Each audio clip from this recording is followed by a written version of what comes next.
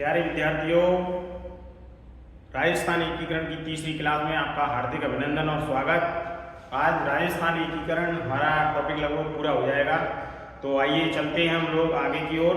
देखिए, राजस्थान में एकीकरण का जो चरण थे, 7 चरण थे, उनमें उद्घाटनकर्ता जो हैं, उद्घाटनकर्ता, तो इसका बहुत ही आसान तरीके से समझने की कोशिश करते हैं। देखिए, गॉडविल,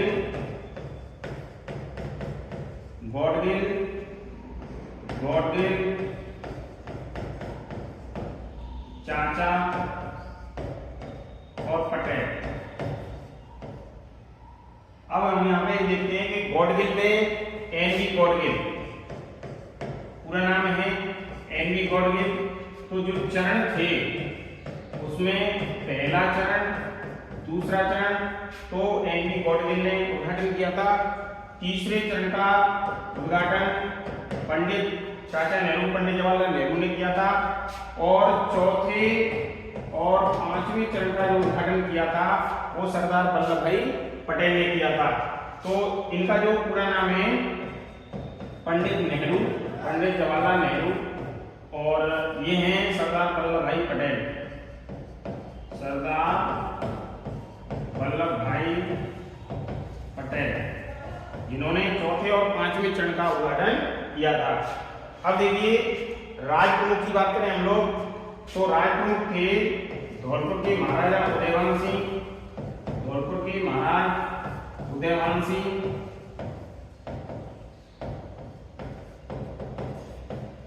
ये थे। दूसरे चरण में कोटा के महाराणा भीम सिंह, उदयपुर के महाराणा भूपाल सिंह, उदयपुर के महाराणा भूपाल सिंह, और चौथे थे वो थे जयपुर के महाराजा मान सिंह। तो इस तरीके से ये जो है राजप्रमुख माने जाते हैं। प्रधानमंत्री का जो हमें किस तरीके से याद रखना है, तो आप लोग इस तरीके से याद रखेंगे, उमावत, अशावा, वर्मा, शास्त्री। देखिए, श्री शोभाराम कुमावत, श्री शोभाराम कुमावत, ये प्रथम चरण जो था मतदर्शन था, उसमें प्रधानमंत्री पद हुआ करता था, तो उस समय श्री शोभाराम कुमावत को बनाया गया। श्री गोकुललाल असावा, श्री गोकुललाल असावा, गोकुललाल असावा। यहाँ पे श्री माणिकलाल वर्मा, श्री माणिकलाल वर्मा, और ये थे श्री हीरालाल शास्त्री, श्री हीरालाल शास्त्री। तो इस तरीके से ये जो है हीरालाल शास्त्री चौथे, पांचवें और छठवें चरण के जो है यही रहे थे प्रधानमंत्री। तो एक बार दोबारा समझ लेते हैं। देखिए, हम लोग यहाँ पे बात कर रहे हैं राजस्थान के एकीकरण में उद्घाटनकर्ताओं की। तो उद्घाटनकर्ता प्रथम चरण में थे एनवी गॉडविल, सेकंड चरण में एनवी गॉडविल, तीसरा चरण था उसमें पंडित जवाहरलाल नेहरू थे, चौथे और पांचवें चरण में सरदार वल्लभ भाई पटेल थे, जिन्होंने राजस्थान के एकीकरण में उद्घाटनकर्ता के रूप में भूमिका निभाई थी। और धौलपुर के राज प्रमुख की अगर हम बात करें तो उदयभान सिंह थे धौलपुर के, कोटा के महाराजा भीम सिंह, उदयपुर के महाराणा भूपाल सिंह और जयपुर के महाराजा मान सिंह। प्रधानमंत्री पद जो हुआ करता था उस समय पे तो श्री शोभाराम कुमावत जो है मतदर्शन के थे। उसके बाद में श्री गोकुललाल असावा, श्री माणिकलाल वर्मा और श्री हीरालाल शास्त्री। ये हीरालाल शास्त्री जो थे चौथे, पांचवें, छठवें चरण के थे। सातवां, उसके बारे में हमें आगे चलते हैं। साथियों, आप लोगों के लिए एक छोटा सा संदेश है। 19 अप्रैल को जो मतदान है, आप लोग मतदान जरूर करें। एक बर्ड है एनवी गॉडविल। तो एनवी गॉडविल का पूरा नाम है नरहरि विष्णु गॉडविल। कई बार पूछ लिया जाता है कि एनवी गॉडविल का पूरा नाम क्या है, तो नरहरि विष्णु गॉडविल है। इसको भी आप लोग याद रखेंगे। और चलिए विद्यार्थियों, आप लोगों के लिए एक राजस्थान एकीकरण में एक विशेष चीज और बताना चाहूँगा मैं आप लोगों के लिए कि राजस्थान का जब एकीकरण हुआ था तो जो चरण था, चौथा चरण, उसमें 5 विभाग शामिल किए गए। अक्सर कर इसमें से क्वेश्चन आते रहते हैं, तो आप लोग इसको भी समझें। देखिए, राजस्थान के एकीकरण के समय, चौथे चरण के समय 5 विभाग स्थापित किए गए। और ये 5 विभाग जो थे, 5 विभाग जो थे ये वाले, इन सबका सूत्र जो है वो है सब नाज से वन काट रहे हैं कभी खुद कटेंगे। सभी नाज से वन काट रहे हैं कभी खुद कटेंगे। तो सब, स का मतलब स का मतलब शिक्षा विभाग, ब का मतलब बीकानेर। तो शिक्षा विभाग बीकानेर, नाज, नाज, ना का मतलब न्याय विभाग जोधपुर में। से तुक मिलाने के लिए वन काट रहे हैं, यानी वन विभाग कोटा में। तो वन विभाग कोटा में। उसके बाद कभी यानी कृषि विभाग, भ का मतलब भरतपुर में। और लास्ट में है खुद कटेंगे, तो खनिज विभाग उदयपुर में। खो, ख प्लस खो। तो इस तरीके से खनिज विभाग जो है उदयपुर में है। तो 5 विभाग हैं, शिक्षा विभाग, न्याय विभाग, वन विभाग, कृषि विभाग और खनिज विभाग। इसमें से भी आप लोगों के लिए क्वेश्चन आ सकता है, इसको भी आप लोग पूर्ण रूप से अच्छे तरीके से ध्यान रखेंगे। अब चलिए आगे।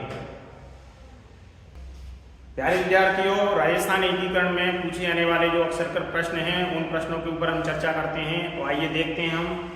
देखिए, राजपूताना का नाम बदल करके राजस्थान कब रखा गया? तो ये जो तारीख है वह है 26 जनवरी 1950। 26 जनवरी 1950 के दिन जो है राजपूताना का जो नाम बदल करके रखा गया वो राजस्थान रखा गया। राजस्थान को ख, ब या बी श्रेणी का दर्जा, ये 3 श्रेणी अक्सर कर आती रहती हैं, तो ये दर्जा कब दिया गया? तो 26 जनवरी 1950 को दिया गया। राजपूताना का नाम बदल करके राजस्थान में 26 जनवरी 1950 को हुआ। राजस्थान को ख, ब या बी श्रेणी का जो दर्जा दिया गया वह भी 26 जनवरी 1950 को दिया गया। राजस्थान अपने वर्तमान स्वरूप में आया 1 नवंबर 1956 को। 1 नवंबर 1956 के दिन राजस्थान अपने वर्तमान स्वरूप में आया। यानी जो लास्ट में जो राजस्थान था, राजस्थान संघ जो था, उसमें अजमेर, मेवा प्लस आबू बेवा का विलय हुआ। इनका विलय हुआ था। सिरोन क्षेत्र था, ये माइनस हुआ था, यानी एमपी को दे दिया गया था। और सुनेल टप्पा जो क्षेत्र था, सुनेल टप्पा, ये हमारे राजस्थान में विलय हुआ। इस तरीके से डॉक्टर फजल अली की अध्यक्षता में गठित राज्य पुनर्गठन अधिनियम 1956 की सिफारिशों के आधार पर राजस्थान 1 नवंबर 1956 को बनकर के तैयार हुआ। राजस्थान का जो स्थापना दिवस मनाया जाता है विद्यार्थियों को 1 नवंबर को मनाया जाता है। और राजस्थान दिवस की यदि हम बात करें तो राजस्थान दिवस जो है 30 मार्च के दिन मनाया जाता है।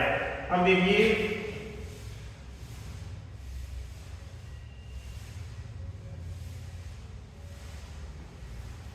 भारत में एकीकरण के समय जो रियासतों की संख्या थी वो 565 थी। अक्सर कर किताबों में यही लिखा हुआ है कि 565 रियासतें थी राजस्थान के। भारत में जो एकीकरण की शुरुआत हुई थी उस समय भारत में एकीकरण के समय विलय पत्र पर हस्ताक्षर करने वाली जो रियासत थी वो थी 562। उनकी टोटल संख्या थी 562।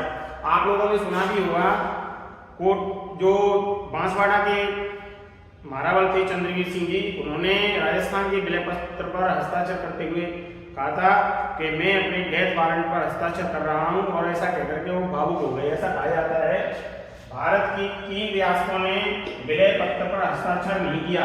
एक तो कश्मीर ने नहीं किया, एक जूनागढ़ ने नहीं किया जो गुजरात में है, और एक हैदराबाद। ये 3 रियासतें ऐसी थी भारत की जिन्होंने विलय पत्र पर हस्ताक्षर नहीं किए। बाकी के भारत में एकीकरण के समय जो 565 रियासतें थी और विलय पत्र पर हस्ताक्षर करने वाली जो रियासतें थी 562 प्लस 3 इक्वल टू 565, यानी 565 रियासतों का एकीकरण हुआ था। लेकिन 562 में तो जो है हस्ताक्षर कर दिए और 3 रियासतें जो थी जिनमें कश्मीर, जूनागढ़, गुजरात और हैदराबाद ऐसी रियासतें थी जिन्होंने हस्ताक्षर करने से साफ साफ मना कर दिया। राजस्थान के बृहस्पत्र पर नहीं, भारत में जब एकीकरण की शुरुआत हुई थी उस समय राजस्थान में तो 19 रियासतें थी मात्र।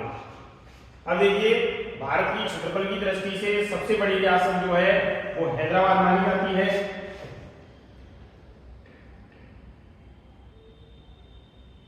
देखिए विद्यार्थियों, बात एकीकरण की चल रही है, इस वजह से मैं भारत को बीच में ले आया हूं। तो कुछ क्वेश्चन है इसमें, घबराने वाली कोई बात नहीं है। भारत की क्षेत्रफल की दृष्टि से सबसे छोटी रियासत जो है भिलवाड़ी है, जो मध्य प्रदेश में पड़ती है। भारत में मुस्लिम रियासत टोंक और पालनपुर ये 2 हैं। एकीकरण के समय भारत निम्नलिखित श्रेणियों में विभक्त था: कश्मीर, पटियाला और बीकानेर। इसके बाद में देखिए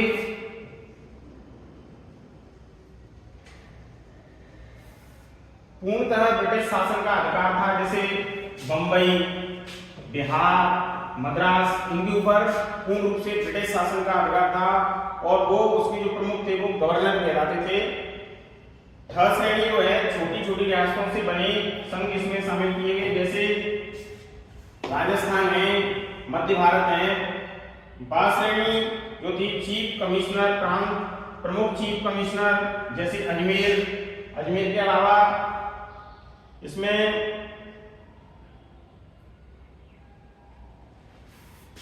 मेरवाड़ा और दिल्ली। क श्रेणी की स्वतंत्र उपनिवेशों को रखा गया, अंडमान निकोबार द्वीप समूह। राजस्थान में एकीकरण के समय कुल रियासतें जो थी 19 थी: अलवर, भरतपुर, करौली, धौलपुर। इसके बाद में बांसवाड़ा, बूंदी, झालावाड़, डूंगरपुर, कोटा, किशनगढ़, प्रतापगढ़, छापरा और टोंक, उदयपुर, सिरोही, अजमेर, मेरवाड़ा, आबू, देलवाड़ा, जैसलमेर, जोधपुर, जयपुर और बीकानेर। इस तरीके से जो 19 रियासतें थी टोटल मिलाकर के, और 3 प्रमुख ठिकाने थे। एक केंद्र शासित प्रदेश अजमेर मेरवाड़ा था। 3 ठिकानों में कुशलगढ़, लावा, कुशलगढ़ बांसवाड़ा में था, लावा वर्तमान में टोंक में पड़ता है, पहले जयपुर में पड़ा करता था। और अगला जो था नीमराना, ये अलवर में पड़ता है। कुशलगढ़ बांसवाड़ा में पड़ता है, लावा टोंक में पड़ता है, पहले जयपुर में पड़ता था। इसके बाद में देखिए आगे अजमेर मेरवाड़ा सी श्रेणी का राज्य था। अजमेर मेरवाड़ा सी श्रेणी की विधानसभा में कुल 30 सदस्य थे। इस विधानसभा के प्रथम और एकमात्र मुख्यमंत्री हरिभाऊ उपाध्याय को माना जाता है। 7वें संविधान संशोधन 1956 के द्वारा श्रेणियों को समाप्त कर दिया गया। जो ए श्रेणी, बी श्रेणी, ख श्रेणी, इस तरीके से ब श्रेणी, इस तरीके से जो श्रेणियां थी उनको समाप्त कर दिया गया और राज्यपाल पद सृजित किया गया। तो राज्यपाल पद का जो सृजन हुआ था वो 7वें संविधान संशोधन द्वारा 1956 के द्वारा श्रेणियों को समाप्त करके किया गया। राजस्थान का प्रथम राज्यपाल जिन्हें बनाया गया था वो गुरमुख निहाल सिंह को बनाया गया। आप लोग इसको याद रखें क्योंकि ये क्वेश्चन बहुत पूछा जाता है। राजस्थान का प्रथम राज्यपाल किन्हें बनाया गया? गुरमुख निहाल सिंह को बनाया गया।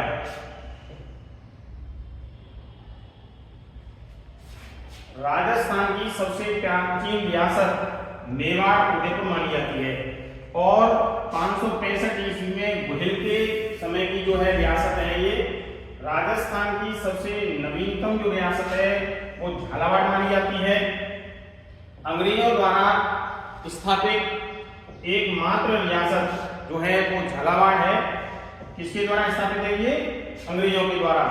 इसकी स्थापना झाला मदन सिंह ने की थी 1838 ईस्वी में।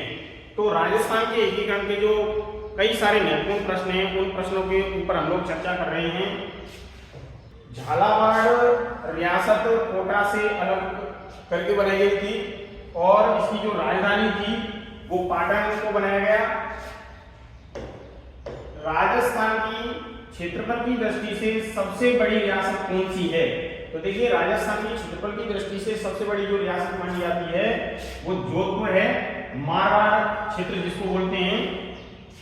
इसके बाद में राजस्थान की क्षेत्रफल की दृष्टि से सबसे छोटी रियासत जो है शाहपुरा, इसका नाम है शाहपुरा भीलवाड़ा।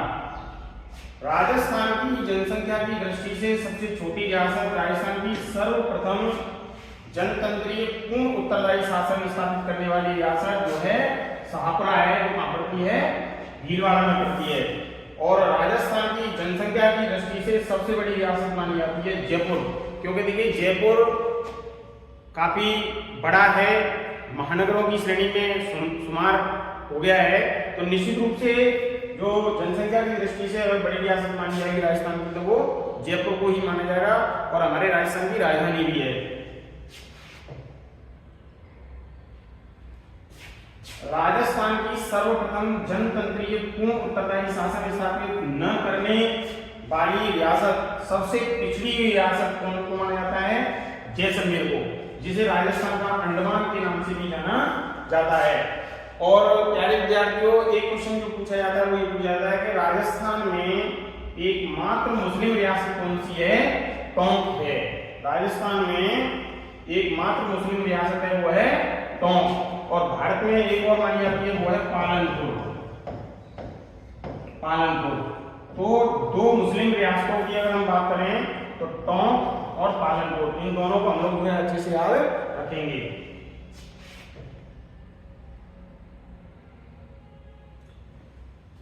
देखिए अगली बात करते हैं 1942 में भारत छोड़ो आंदोलन जो था, भारत छोड़ो आंदोलन में भाग न लेने वाली जो रियासत थी, इन्होंने भारत छोड़ो आंदोलन भाग नहीं लिया था, वो जैसलमेर थी और एक जयपुर थी। इन्होंने भारत छोड़ो आंदोलन में भाग नहीं लिया था। तोप सलामी रियासतों को तोप सलामी का अधिकार था, ठिकानों को तोप सलामी का अधिकार नहीं था, केवल रियासतों को अधिकार था। यानी रियासतें थी 19 और ठिकाने थे 3 राजस्थान में। तो इनको तो तोप सलामी का अधिकार था, लेकिन इनको तोप सलामी का अधिकार नहीं था। इसमें कुछ अपवाद भी है। तोप सलामी का अधिकार न रखने वाली रियासतें एक तो शाहपुरा थी, और जो दूसरी है वो है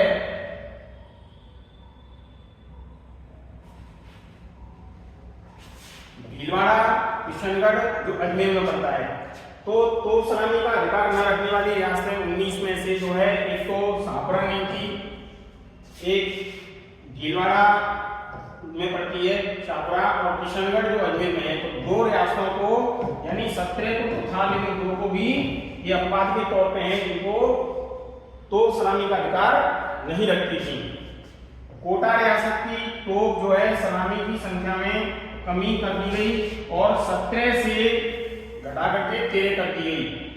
करौली रियासत की तोप सलामी की संख्या में वृद्धि कर दी गई, इसको जो है बढ़ा दिया गया, इसकी 13 से 17 कर दी गई। शिकार एक्ट घोषित करने वाली प्रथम रियासत, ये बहुत अच्छा प्रश्न है, एक मुस्लिम रियासत भी मानी जाती है ये है टोंक। 1908 में शिकार एक्ट घोषित करने वाली पहली रियासत थी, और डाक टिकट और पोस्ट कार्ड जारी करने वाली पहली रियासत जो है वो माधव सिंह के द्वारा, राजा जो थे माधव सिंह जी, उनके द्वारा जयपुर में 1904 में इसको डाक टिकट और पोस्ट कार्ड जारी करने वाली पहली रियासत के रूप में जाना गया। अब देखिए वन्य जीवों की रक्षा, वन्य जीव संरक्षण अधिनियम 1972, वन्य जीवों की रक्षा हेतु कानून बनाने वाली पहली जो रियासत थी वो थी जोधपुर। 1910 में जो है वन्य जीवों की रक्षा हेतु, और वन्य जीवों की रक्षा करना हम सभी का परम कर्तव्य है। हम जीवों के ऊपर रक्षा करें, उनको जो है, अभी गर्मी का समय है तो हम लोग जो है छोटी छोटी चिड़ियां हैं, गौरैया, आज वो समाप्त होने के कगार पे आ गई हैं। उनकी चहचहाट की आवाज से मन बहुत प्रसन्न हो जाता है। तो विद्यार्थियों, हमें चाहिए कि हम उनके लिए परिंदे लगाएं और उनके लिए व्यवस्था करें, और विलुप्त होने वाली जो हमारी भारत की कुछ ऐसी धरोहरें हैं जिनको हम बचा सकते हैं, तो वो हमारे वन्य जीव हैं। तो इनकी रक्षा हेतु कानून बनाने वाली जो हमारी राजस्थान की रियासत थी वो जोधपुर थी, और वन अधिनियम पारित करने वाली पहली रियासत जो है वो अलवर थी 1935 में। इन्होंने ऐसा किया था। शिक्षा पर प्रतिबंध लगाने वाली प्रथम रियासत देखिए डूंगरपुर मानी जाती है 1947 में। ये पहली ऐसी रियासत है जिसने शिक्षा पर प्रतिबंध लगा दिया। आप लोगों को सुनकर के अजीब लग रहा होगा, लेकिन ये सत्य है कि शिक्षा पर प्रतिबंध लगाने वाली पहली रियासत कौन सी थी, तो वो थी डूंगरपुर। आप लोग देखते हैं कि डूंगरपुर में आदिवासी बाहुल्य क्षेत्र है और वहां पर जो है लोग शिक्षा को इतना इम्पोर्टेंस नहीं देते हैं, लेकिन वर्तमान में अब शिक्षा को इम्पोर्टेंस देना शुरू हुआ है और अब ऐसा नहीं है। इसके बाद में देखिए रियासत के शासक तेज सिंह के दीवान हरे नारायण भास्कर खरे ने महात्मा गांधी की हत्या के कुछ दिन पूर्व नाथूराम गोडसे और उसके सहयोगी परशुराम को अलवर में शरण दी थी। ऐसा जो है जो ग्रंथ हैं, ऐतिहासिक ग्रंथ हैं, उनसे किताबों से ये चीज मिली है। महात्मा गांधी की हत्या के संदेह में अलवर के शासक तेज सिंह व दीवान खरे को जो है गिरफ्तार कर लिया गया। 7 फरवरी 1948 को दिल्ली में नजरबंद करके रखा गया। अलवर रियासत में प्रथम स्वतंत्रता दिवस नहीं मनाया था। तो पहला स्वतंत्रता दिवस नहीं मनाने वाली जो रियासत थी वो कौन सी थी? अलवर रियासत थी। शेष है अलवर रियासत का संबंध महात्मा गांधी की हत्या 30 जनवरी 1948 से जुड़ा हुआ था। एकीकरण के समय शर्त रखी गई कि जिस रियासत की जनसंख्या 10 लाख या वार्षिक आय 1 करोड़ रुपए हो, वह चाहे तो स्वतंत्र रह सकती है या चाहे तो किसी भी में मिल सकती है। ये शर्त रखी गई और इस शर्त को पूरा करने वाली जो रियासत थी वो जयपुर, जोधपुर, बीकानेर और उदयपुर। ये मात्र और मात्र 4 रियासतें थी जिनके पास में जनसंख्या भी 10 लाख थी और वार्षिक आय भी 1 करोड़ थी। तो इसको जो है सबको पूरा करने वाली जो रियासतों की संख्या वो जयपुर, जोधपुर, बीकानेर और उदयपुर ये हैं। वे रियासतें जो राजस्थान में नहीं मिलना चाहती थी, राजस्थान में नहीं मिलना चाहती थी, उन रियासतों में अलवर, भरतपुर, धौलपुर, डूंगरपुर, जोधपुर और टोंक यानी 2 और 4 6 रियासतें ऐसी थी जो राजस्थान में नहीं मिलना चाहती थी। टोंक, जोधपुर पाकिस्तान में मिलना चाहती थी, दोनों की दोनों, क्योंकि टोंक जो है मुस्लिम रियासत थी। भरतपुर, धौलपुर ये भाषाई आधार पर यूपी यानी उत्तर प्रदेश में मिलना चाहती थी, क्योंकि यूपी और एमपी के बीच में धौलपुर स्थित है। भरतपुर की सीमा भी यूपी से लगती है। राजस्थान में एकमात्र मुस्लिम रियासत थी वो थी टोंक। राजस्थान में 2 जाट रियासत जो हैं उनमें भरतपुर और धौलपुर का नाम आता है, यानी ये दोनों की दोनों भरतपुर और धौलपुर जाट रियासत हुआ करती थी। रियासती विलय पत्र जो था बांसवाड़ा के शासक चंद्रवीर सिंह ने एकीकरण के विलय पत्र पर हस्ताक्षर करते समय कहा था कि मैं अपने डेथ वारंट पर हस्ताक्षर कर रहा हूं, और ऐसा कहा जाता है कि वो भावुक हो गए थे ऐसा कहकर के। रियासती पत्र पर हस्ताक्षर करने वाली प्रथम रियासत थी वो थी बीकानेर। शार्दुल सिंह 7 अगस्त 1947 को इन्होंने विलय पत्र पर हस्ताक्षर किए थे। तो रियासती जो पत्र था राजस्थान का जो इंटीग्रेशन हुआ था, इंटीग्रेशन ऑफ राजस्थान,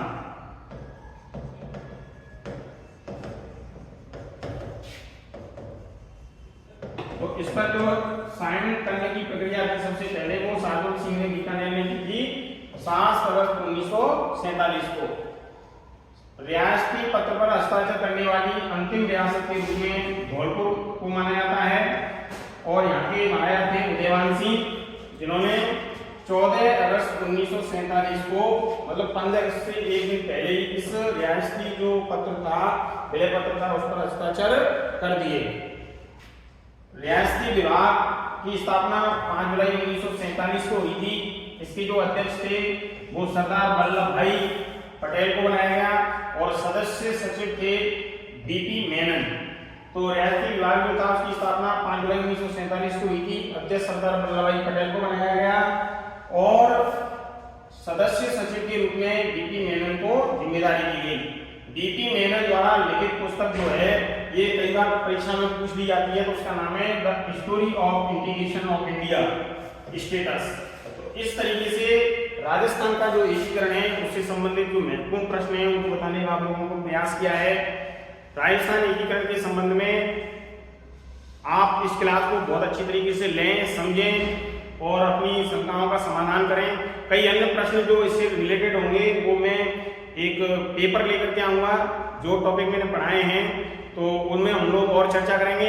तब तक देखिए विद्यार्थियों, संघ का जो नाम है और सम्मिलित जो रियासतें हैं, संघ का नाम और सम्मिलित रियासतें, तो संघ का जो नाम है पहला है मत्स्य संघ, पहला जो है मत्स्य संघ, दूसरा है पूर्व राजस्थान संघ, तीसरा है संयुक्त राजस्थान संघ, संयुक्त राजस्थान संघ, चौथा है बृहद राजस्थान संघ, पांचवा है संयुक्त बृहद राजस्थान संघ, फिर है छठवां राजस्थान संघ और लास्ट है वर्तमान राजस्थान, वर्तमान राजस्थान। तो देखिए प्रथम चरण, द्वितीय चरण, तृतीय चरण, चतुर्थ चरण, पंचम चरण, छठवां चरण और सातवां चरण। देखिए इन चरणों में मत्स्य संघ जो था इसमें सम्मिलित रियासतें थी ABCD, यानी अलवर, भरतपुर, करौली और धौलपुर। पूर्व राजस्थान संघ था, इसका एक सूत्र है बाबू झाड़ू टीको और साटो। देखिए बांसवाड़ा, बूंदी, झालावाड़, डूंगरपुर, किशनगढ़, कोटा, प्रतापगढ़, शाहपुरा और टोंक, इस तरीके से 9 रियासतें थी। इसके बाद में मत्स्य संघ जो था, आप लोग देख सकते हैं जो मत्स्य संघ है, इस मत्स्य संघ के अंदर जो है ABCD अलवर, भरतपुर, करौली और धौलपुर। उसके बाद में पूर्व राजस्थान संघ बना था, उसमें मत्स्य संघ के अंदर इसमें पर्टिकुलर 9 रियासतें शामिल थी। बाबू झाड़ू टीको प्रशाटो सूत्र है बांसवाड़ा, बूंदी, झालावाड़, डूंगरपुर, किशनगढ़, कोटा, प्रतापगढ़, शाहपुरा और टोंक।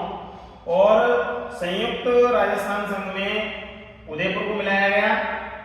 बृहद राजस्थान संघ था, इस संयुक्त राजस्थान संघ में जो है BJJJ यानी बीकानेर, जैसलमेर, जोधपुर और जयपुर जो बड़ी बड़ी रियासतें थी इनको इसमें ऐड किया गया।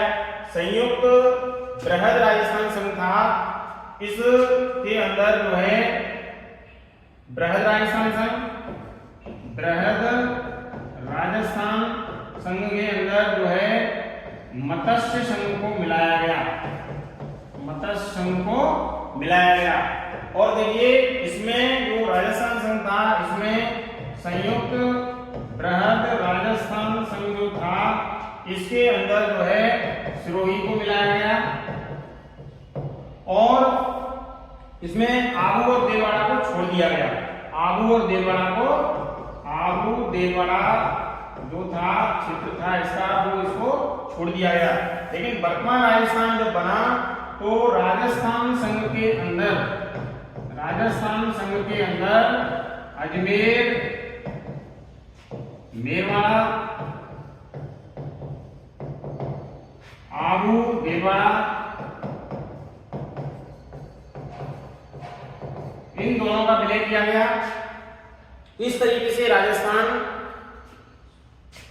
जो डॉक्टर फजल अली की अध्यक्षता में गठित राज्य पुनर्गठन अधिनियम 1956 की सिफारिशों के आधार पर जो सुनेल टप्पा क्षेत्र था मंदसौर जिला MP का, वो राजस्थान में मिलाया गया। और सिरोंज क्षेत्र झालावाड़ था वो एमपी को दे दिया। इस तरीके से हमारा राजस्थान, जो वर्तमान राजस्थान जिसे हम कहते हैं, वो 1 नवंबर 1956 को बनकर के तैयार हुआ। तो विद्यार्थियों, आपको मेरे अगली जो क्लासेज हैं वो लेने के लिए आपसे निवेदन रहेगा कि आप मेरे चैनल को लाइक करें, सब्सक्राइब करें और अपनी पढ़ाई इसी तरीके से जारी रखें। और मैं अगली क्लास लेकर के आप लोगों के बीच जल्द उपस्थित हो रहा हूँ। तब तक के लिए आप अपना ख्याल रखिए, सुरक्षित रहिए, सावधान रहिए और पढ़ते रहिए। जय हिंद।